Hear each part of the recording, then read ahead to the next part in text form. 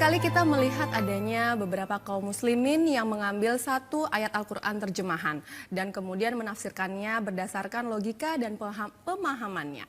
Apakah benar demikian cara menafsirkan Al-Quran?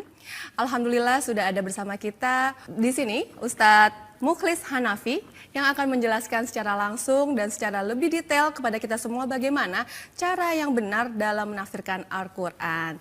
Assalamualaikum Pak Mukhlis. Waalaikumsalam warahmatullahi wabarakatuh. Iya Pak, langsung saja ya. Bagaimana sih Pak sebenarnya kita menafsirkan Al-Quran ini? Apakah ada kaidah yang harus kita ikuti dalam menafsirkan Al-Quran? Bismillahirrahmanirrahim. Alhamdulillah, salatu wassalamu ala rasulillah wa ala alihi wa ashabihi wa man walah wa ba'd. Allah subhanahu wa ta'ala menurunkan Al-Quran itu sebagai pedoman, sebagai hidayah, hudan, bukan hanya bagi manusia, tetapi juga makhluk yang lain, jin misalnya. Al-Quran sebagai sebuah pedoman tentu harus bisa difahami. Sebab kalau ada tanda penunjuk jalan, kita tidak faham, maka kita bisa tersesat. Sebagai sebuah petunjuk, maka dia harus difahami. Nah, upaya memahami maksud-maksud yang firman Allah Subhanahu wa ta'ala dalam Al-Quran itu, itulah yang disebut dengan tafsir. Jadi tafsir itu adalah upaya memahami kalam Allah yang ada di dalam Al-Quran. Nah, karena manusia itu pengetahuannya, akalnya itu terbatas, sementara Allah itu pengetahuannya tidak terbatas, maka yang namanya tafsir itu selalu sesuai dengan biqadri taqah al-basyariyah, sesuai kemampuan manusia. Ini kan kita punya akal, kita punya pikiran terbatas. Kadang-kadang beda kepala, beda isi. Maka yang namanya penafsiran Al-Quran itu selalu dipenuhi perbedaan. Betul. Si A mengatakan begini, si B mengatakan begitu. Itu yang namanya tafsir. Tadi disebut-sebut juga ada terjemahan. Ya. Apa itu terjemahan?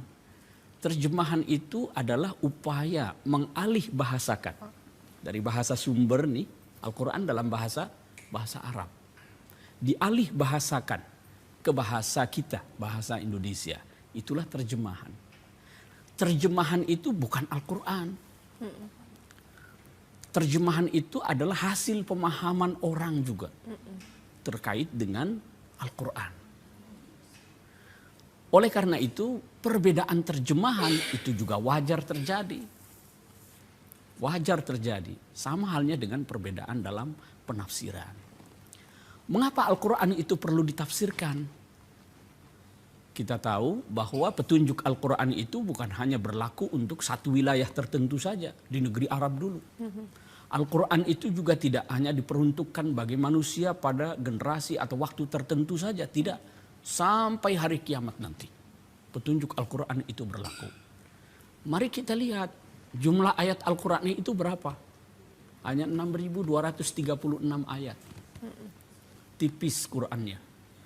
Persoalan manusia itu kan tidak terbatas.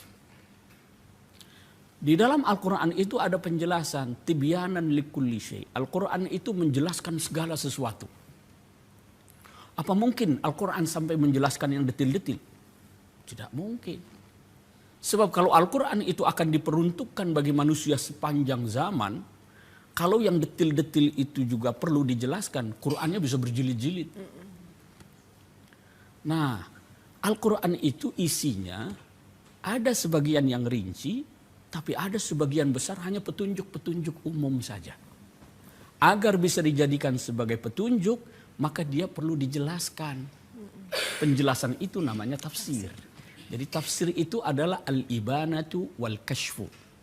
Menjelaskan dan membuka tabir rahasia di balik kalam Allah Subhanahu wa ta'ala. Ini maka perlu penafsiran di situ. Kemudian Al-Quran itu dalam bahasa Arab. Dalam bahasa Arab. Dan bahasa Arabnya itu juga kelas tinggi. Itu sangat puitis. Bernilai sastra tinggi. Bahkan orang Arab aja banyak yang salah faham dulu. Zaman Al-Quran itu diturunkan pada masa Rasulullah SAW. Banyak sahabat yang salah faham. Turun ayat misalnya kulu washrabu hatta yatabayyana lakumul khaytul abyadu minal khaytil aswadi minal fajr. Makan dan minumlah kamu sampai jelas al khaytul abyad. Al khayt itu benang putih, benang hitam. Ada salah seorang sahabat Adi bin Hatim mendengar ayat itu turun, dia langsung taruh benang putih, benang hitam di bawah bantalnya. Itu batasan kapan kita mulai puasa, kapan berakhir puasa. Dia taruh benang itu. Dia lihat bangun tidur, kalau benang putih, benang hitam sudah tampak, dia mulai berhenti makan, mulai berpuasa. Keliru, salah faham. Lalu diluruskan oleh Rasulullah SAW bahwa yang dimaksud dengan al-khaytul abyad, al-khaytul aswad itu adalah gelapnya malam dan terangnya siang. Nah, itu yang dimaksud. Bukan benang dalam artian sesungguhnya. Bukan tali dalam artian sesungguhnya. Jadi bahasa Al-Quran itu bernilai sastra tinggi. Maka itu harus dijelaskan. Banyak menggunakan kiasan-kiasan, metafor. Yang tidak bisa kita tangkap dari apa yang terbaca itu.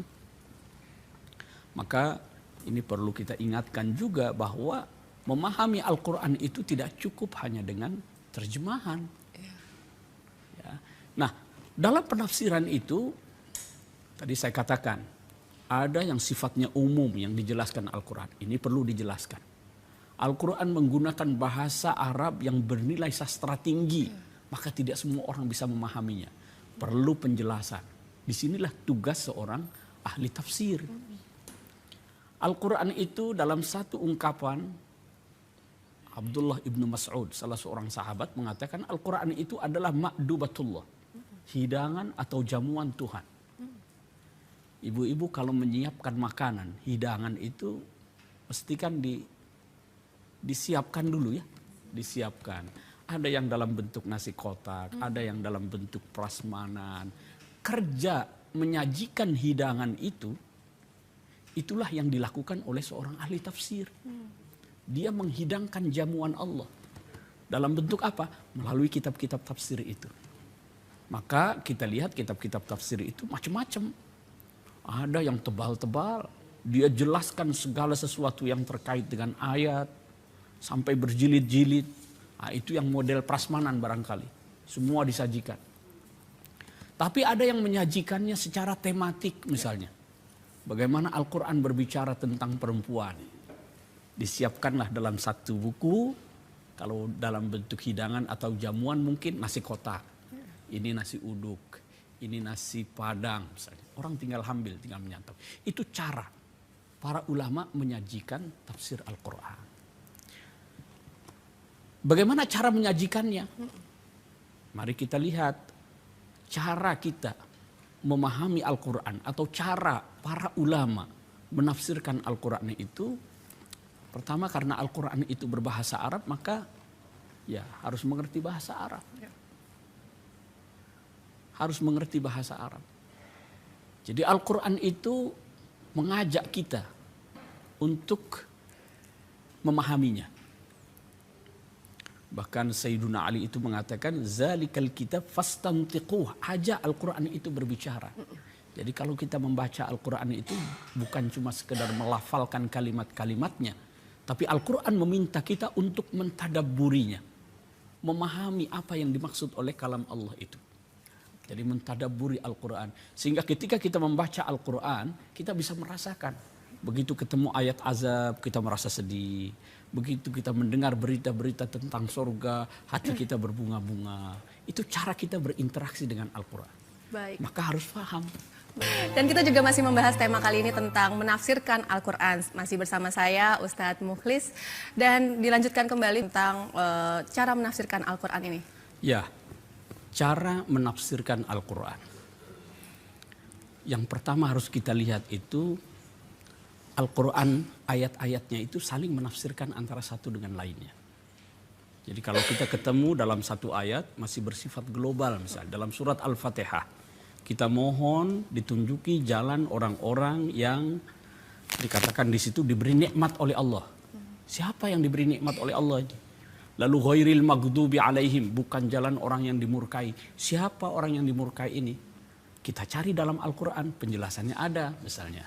Orang-orang yang diberi nikmat itu dalam ayat lain dikatakan ulaikal ladzina an'amallahu alaihim minan nabiyyin was-siddiqin wasyuhada was-salihin. Jadi ayat Al-Quran itu antara satu dengan lainnya saling menafsirkan. Maka cari penjelasan itu pertama kali di dalam Al-Quran. Kalau tidak ketemu, lihat apakah Nabi pernah menjelaskan itu. Di dalam Al-Quran tidak ada penjelasan sholat subuh 2 rakaat, asar 4 rakaat, maghrib 3 rakaat. Tidak ada penjelasannya. Tapi Nabi praktekkan, Nabi ajarkan. Jadi kita lihat dalam hadis-hadis, dalam sunnah Rasulullah Sallallahu Alaihi Wasallam. Kalau tidak ada, kita cari dari penjelasan para sahabat yang pernah berguru langsung kepada Rasulullah. Mereka juga yang menyaksikan saat-saat Al-Quran diturunkan. Malam atau siang, di mana turunnya. Itu para sahabat kan lihat. Maka kita lihat penjelasan para sahabat. Lalu murid-muridnya sahabat, para tabi'in. Itu riwayat-riwayat itu kita cari. Kalau tidak ada riwayat-riwayatnya, di sini akal bisa berperan. Kita fahami dari apa? Karena Al-Quran itu bahasa Arab, maka kita cermati ungkapan-ungkapannya yang dalam bahasa Arab itu. Ya, itu diantara cara menafsirkan Al-Quran.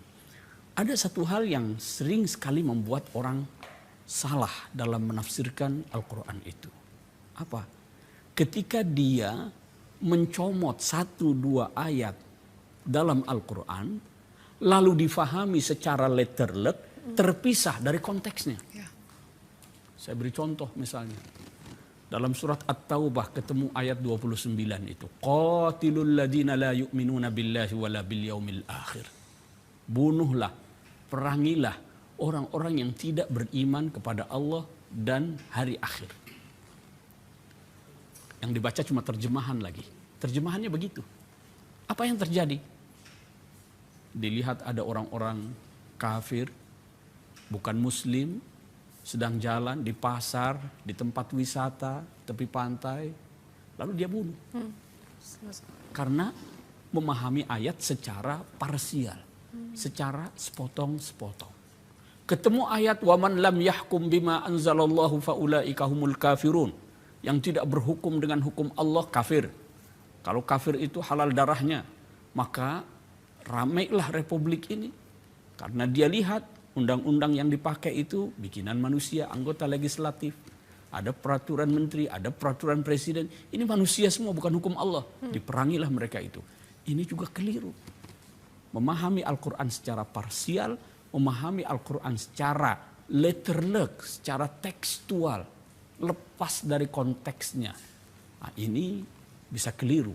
Jadi dalam menafsirkan Al-Quran itu kita harus melihat secara keseluruhan. Secara komprehensif, tidak sepotong-sepotong. Nampaknya Ibu di sini juga sudah mulai ingin bertanya. Kita kasih kesempatan ya Pak. Silahkan Ibu. Assalamualaikum warahmatullahi wabarakatuh. Waalaikumsalam warahmatullahi wabarakatuh. Bolehkah menafsirkan Al-Quran dengan mengandalkan logika? Waduh, bagus sekali pertanyaannya. Langsung saja ya Pak. Jadi yang pertama tadi ada siapakah yang berhak menafsirkan Al-Quran? Saya ingin tanya terlebih dahulu. Ibu kalau sakit gigi perginya kemana? Ke dokter gigi. Baik. Kalau sakit jantung perginya ke dokter jantung. Tidak ke dokter gigi. Itu artinya apa? Artinya kita harus kembalikan persoalan itu kepada ahlinya.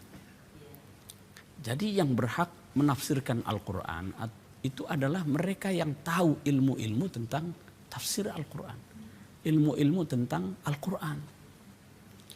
Memahami Al-Quran itu hak setiap orang. Kewajiban kita ini memahami Al-Quran. Tetapi memahamkan orang lain dalam bentuk penafsiran yang tidak bisa diserahkan ke semua orang dong. Hak untuk sehat itu hak setiap orang. Tapi menyehatkan orang lain, membuat orang sehat yang semula sakit, itu siapa? Ya dokter, yang ahli di bidang itu.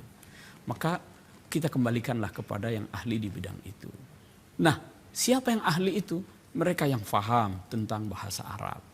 mereka orang yang tahu ilmu-ilmu keislaman. Dia harus tahu ilmu tentang hadis, ilmu usul fikih, ilmu yang lain. Selain itu juga orang-orang yang memiliki niat tulus, bersih, ikhlas, akidahnya tidak menyimpang dan seterusnya. Karena kalau dia sudah punya pikiran tertentu yang tidak sehat, tidak baik, nanti penafsirannya pun akan ke situ. Maka jadi sama dengan orang mau memancing ikan atau menjaring ikan, dia harus bawa perangkatnya. Mau menafsirkan Al-Quran harus memiliki perangkat keilmuan supaya tidak keliru. Jangan nanti dia pergi ke hutan bawa pancingan. Tidak dapat ikan, yang dapat harimau. Nah, begitu ya. Kemudian pertanyaan yang kedua ya. Bolehkah menafsirkan Al-Quran dengan mengandalkan logika? Nah, ini yang banyak kerap terjadi nih. Betul. Begini, Allah Subhanahu wa Ta'ala memberikan kita akal. Dan akal itu harus digunakan. Al-Quran pun merangsang akal pikiran kita untuk mencermati alam semesta, untuk mencermati kitab sucinya. Jadi sebenarnya Al-Quran itu adalah Al-Quran itu dengan alam semesta ini adalah dua hal yang diciptakan oleh Allah Subhanahu wa Ta'ala yang harus kita cermati. Jadi alam semesta itu juga kitab suci Allah yang terlihat. Al-Quran itu adalah kitab suci Allah yang terbaca.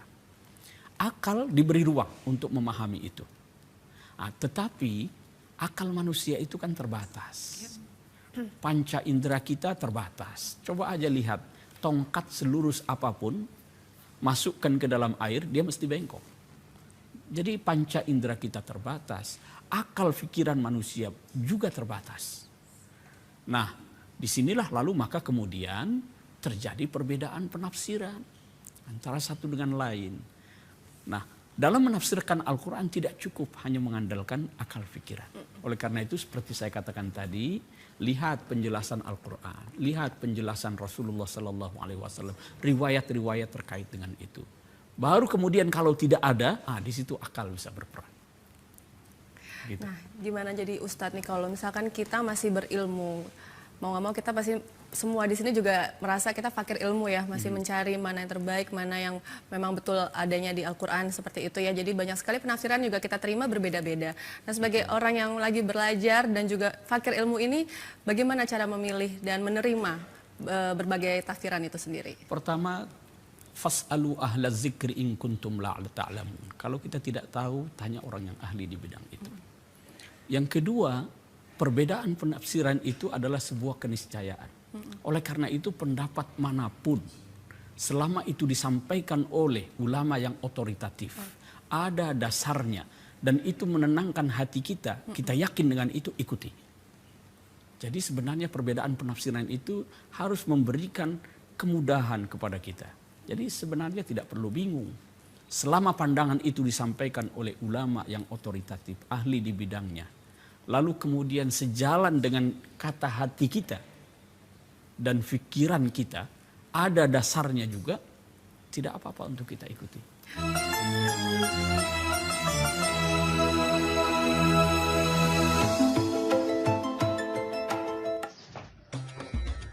Demikian pemirsa yang dirahmati Allah Subhanahu wa Ta'ala, Ustadz Dr. Mukhlis Hanafi telah memaparkan kepada kita tentang pentingnya memahami Islam dan Al-Quran secara utuh dan tuntas.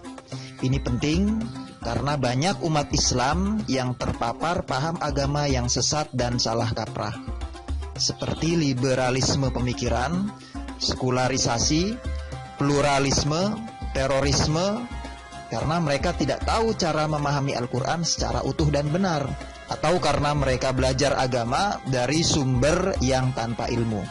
Karena itu, para ulama Indonesia tidak ingin masalah serius ini terjadi pada Anda, anak Anda, dan keluarga yang Anda cintai.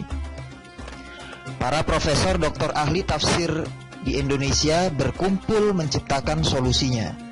Mereka mengerjakan siang dan malam, bersidang sejak tahun 2008 hingga 2013, membahas bersama dalam sebuah forum Mukernas Ulama Al-Quran, kemudian menyusun tafsir Al-Quran dan mentasihnya secara kolektif. Dan saat ini, detik ini solusinya tersaji di depan Anda. Ini dia Tafsir Al-Mawdu'i, Tafsir Al-Quran Tematik edisi revisi terbaru tahun 2019. Tafsir Al-Quran Tematik terlengkap di Indonesia yang berisi cara cepat dan tepat untuk memahami topik dalam Al-Quran secara rinci dan tuntas, yang berisi 11 jilid, hardcover, 3.652 halaman, kemasan sangat eksklusif, berisi ratusan subbab pembahasan yang akan melejitkan pemahaman Al-Quran Anda dengan sangat-sangat cepat. Dengan membaca ini, Anda akan lebih cepat memahami Al-Quran demi mendapat keberkahan hidup dan ridho Allah Subhanahu wa Ta'ala. Kuasai rahasia ilmu Al-Quran dalam Tafsir Al-Mawdu'i yang pembahasannya berisi Al-Quran dan kebinekaan, tanggung jawab sosial, komunikasi dan informasi, pembangunan generasi muda, Al-Quran dan kenegaraan, jihad, makna dan implementasinya, Al-Quran dan isu-isu kontemporer, moderasi Islam, kenabian dalam Al-Quran, sinergi internal umat Islam, amar ma'ruf nahi munkar, maqasidus syariah, memahami tujuan utama syariah, dan masih banyak materi lainnya yang akan melejitkan pemahaman Al-Quran Anda sejak hari pertama. Semuanya akan dijelaskan secara terperinci hanya di Tafsir Al-Mawdu'i ini. Karena di Tafsir Al-Mawdu'i semuanya akan dijelaskan secara perlahan, step by step, poin per poin, dengan terperinci dan tuntas oleh para ahlinya. Mulai dari Dr. Haji Mukhlis Muhammad Hanafi, dari Kepala Lajnah Pentasihan Mushaf Al-Quran, Profesor Dr. Haji Darwis Hude, Direktur Pasca Sarjana Institut Perguruan Tinggi Ilmu Al-Quran, Profesor Dr. Haji Nasaruddin Umar, Imam Besar Masjid Istiqlal, Profesor Dr. Haji Didin Hafidudin, Ketua Umum Badan Amil Zakat Nasional, Dr. Haji Ahsin Sakho Muhammad, Pakar Ilmu Al-Quran, Dr.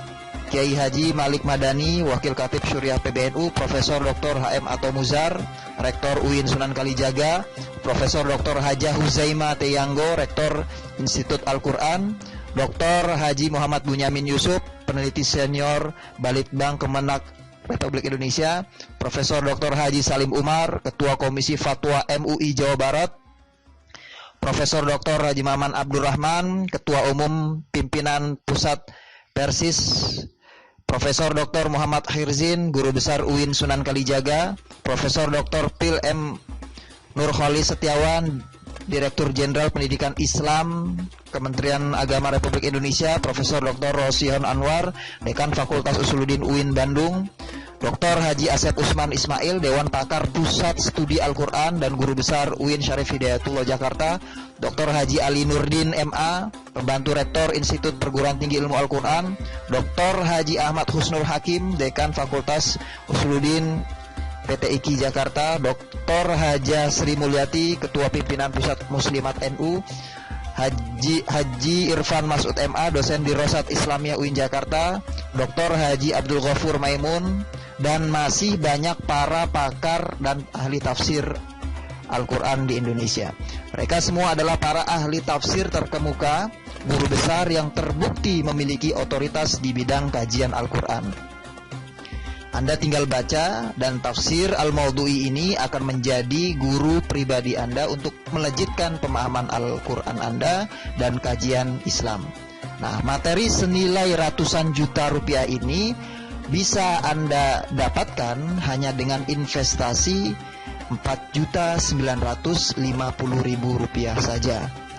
Kabar baiknya, bagi Anda yang beli hari ini, kami akan memberikan Anda potongan harga sebesar Rp1.050.000. Alhasil, Anda cukup berinvestasi Rp3.900.000. Kabar baiknya lagi, Tafsir Al-Mawdu'i ini bisa dicicil selama 4 atau 6 kali flat tanpa bunga. 4 kali yaitu Rp975.000 atau 6 kali Rp650.000. Nah, khusus bagi Anda 10 orang pembeli pertama secara tunai pada hari ini, kami akan berikan bonus yang sangat berkualitas lainnya, yaitu speaker audio Al-Quran berisi Al-Quran 30 juz yang dibaca oleh puluhan imam Masjidil Haram dan Masjid Nabawi, berisi terjemahan Al-Quran, bacaan sholat, doa-doa anak, kisah-kisah Nabi, lagu anak Islami, doa haji, ceramah para ustadz populer, Asmaul Husna, azan, ayat ruqyah, dan masih banyak lainnya di dalam speaker audio Al-Quran bonus khusus untuk 10 orang pembeli pertama. Tapi kami mohon maaf karena tafsir Al-Maudhu'i ini hanya tersedia ratusan set saja. Dan saat Anda berpikir bahwa ratusan set itu banyak, jangan salah, karena video ini ditonton oleh jutaan orang tertarget. Mereka yang sama-sama ingin menguasai Al-Quran. Dan mereka, keluarga mereka, anak-anak mereka tidak ingin terpapar oleh paham sesat menyesatkan. Dan mereka juga ingin mendapatkan keberkahan hidup dari Allah Subhanahu wa Ta'ala. Pastikan Anda termasuk orang beruntung yang memiliki tafsir Al-Maudhu'i ini. Action sekarang juga. Di 11 jilid, hardcover 3.652 halaman, kemasan sangat eksklusif, berisi ratusan sub pembahasan yang ditulis oleh para pakar di Indonesia, dan ada diskon lebih dari 1 juta serta bonus speaker aktif berisi kajian Al-Quran khusus untuk 10 orang pemberi pertama. Jadi sekarang juga hubungi kami di nomor bawah ini, maka buku tafsir Al-Maudhu'i akan langsung kami kirimkan dan Anda cukup bayar di tempat. Lanjutkan pemahaman Al-Quran Anda bersama tafsir Al-Maudhu'i. Beli sekarang juga sebelum buku istimewa ini habis.